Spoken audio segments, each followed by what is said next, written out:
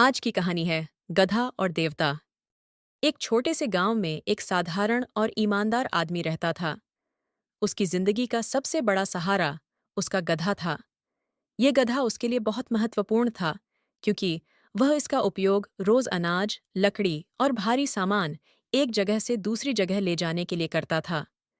गधा उसकी रोजमर्रा की जिंदगी का अभिन्न हिस्सा था।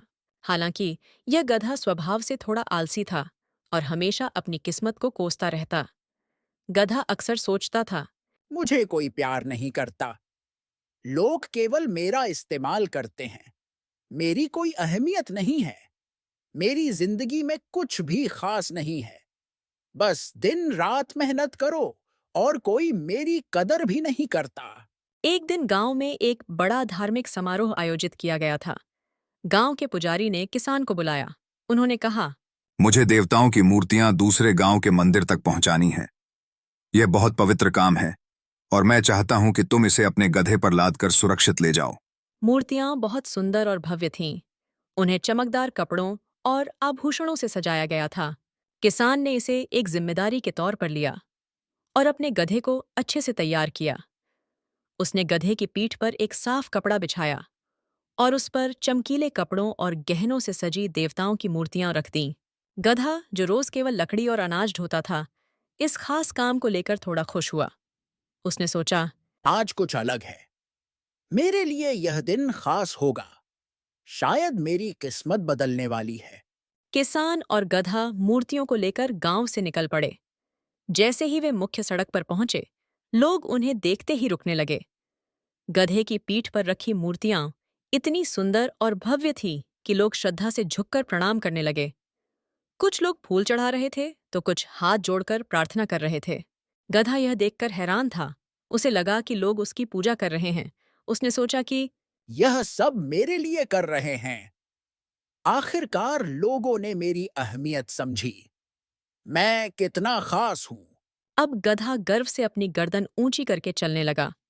उसकी चाल बदल गई थी, मानो वह लोगों को अपनी ओर आकर्षित करना चाहता हो। गधा अब पूरी तरह से खुद को इस ध्यान और सम्मान का केंद्र मान बैठा। उसने सोचा, मुझे देखकर इतने लोग झुक रहे हैं। मैं इस गांव का राजा हूँ। आखिरकार मुझे वह इज्जत मिल रही है जिसका मैं हमेशा हकदार था। गधा अब हर कदम पर गर्व से लहराने लगा। उसकी चाल धीमी और शाही हो गई। किसान ने गधे का यह बदला हुआ रवैया देखा और समझ गया कि गधा किस भ्रम में जी रहा है। गधे को रोककर किसान मुस्कुराया और गंभीरता से बोला, अरे भोले गधे, ये सम्मान तुम्हारे लिए नहीं है। ये सब लोग तुम्हारे ऊपर रखी मूर्तियों को प्रणाम कर रहे हैं। ये देवता हैं और लोग इनकी पूजा कर रहे हैं। तुम केवल एक माध्यम हो जो इन मूर्तियों को यहाँ तक पहुंचा रहे हो। अपनी भूमिका को समझो और दूसरों का श्रेय लेने की गलती मत करो।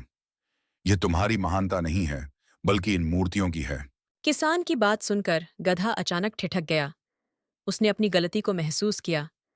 उसे समझ में आ गया कि वह खुद को बेवजह महान समझ रहा था। वह सोचने लगा, मैं कितना मूर्ख हूँ।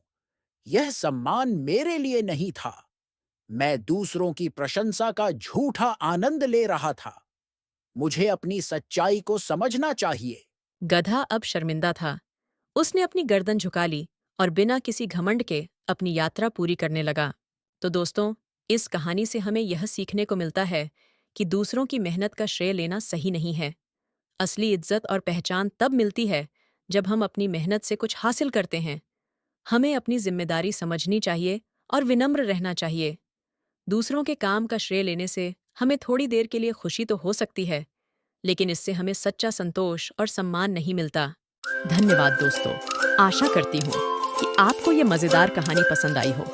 अगर आपने अभी तक मेरे चैनल बीहाइव टून्स को सब्सक्राइब नहीं किया है, तो अब सब्सक्राइब करें, वीडियो को लाइक करें और शेयर करें। आपका समर्थन मुझे और अधिक वीडियोस बनाने के लिए प्रेरित करेगा। धन्यवाद।